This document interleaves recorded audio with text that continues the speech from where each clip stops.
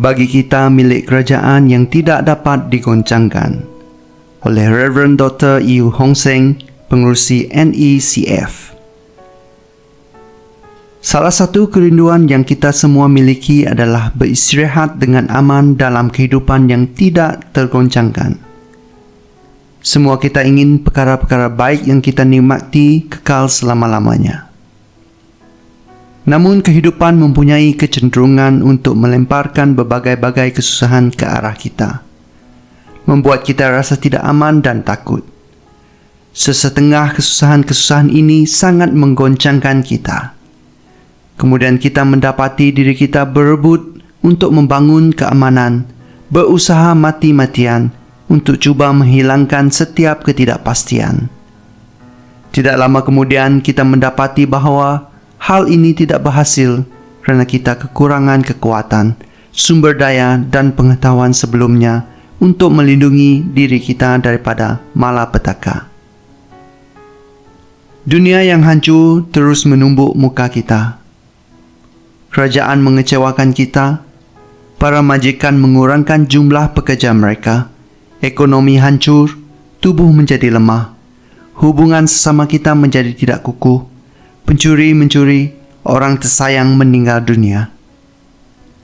Jadi kita tergoncang dan merindukan keamanan sejati. Kerinduan itu wujud kerana dosa telah memisahkan kita daripada keamanan sejati yang hanya ada di hadirat Tuhan. Selain daripada Tuhan, kerajaan-kerajaan di dunia ini tetap dapat tergoncangkan, tidak menentu, tidak aman, dan rapuh.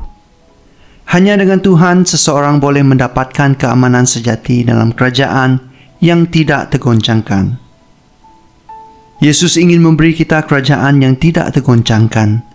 Ibrani 12 ayat 18 hingga 29 mendorong orang Kristian untuk tidak meninggalkan Yesus.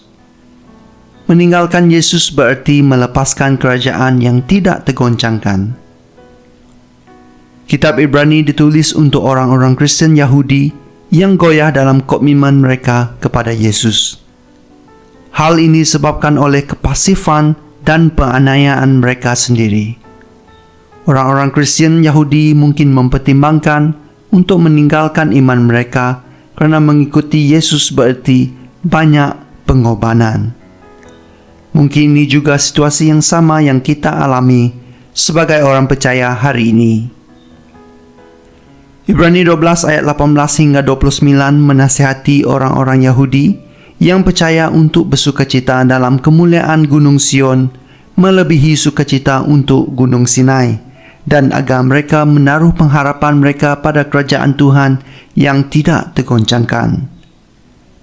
Sinai melambangkan perintah lama yang sudah berlalu. Sinai menyingkapkan pemisahan kita daripada Tuhan. Sinai dipenuhi rasa takut akan kekudusan Tuhan dan penghakiman segera atas sesiapa pun yang melintasinya.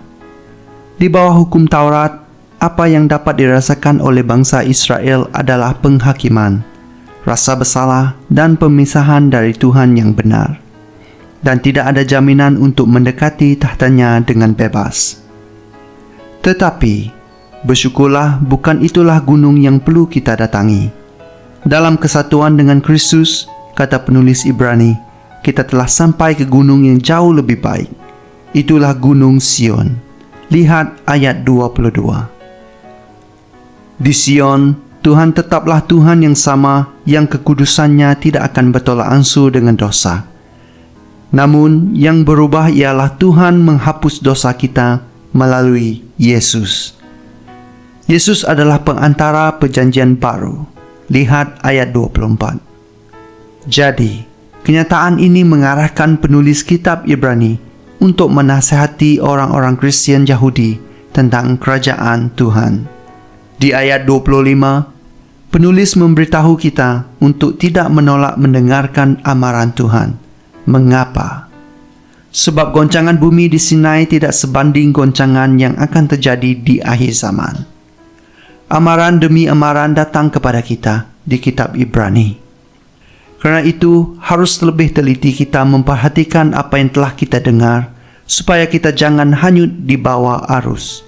Ibrani 2 ayat 1. Waspadalah hai saudara-saudara, supaya di antara kamu jangan terdapat seorang yang hatinya jahat dan yang tidak percaya oleh kerana ia murtad dari Allah yang hidup. Ibrani 3 ayat 12.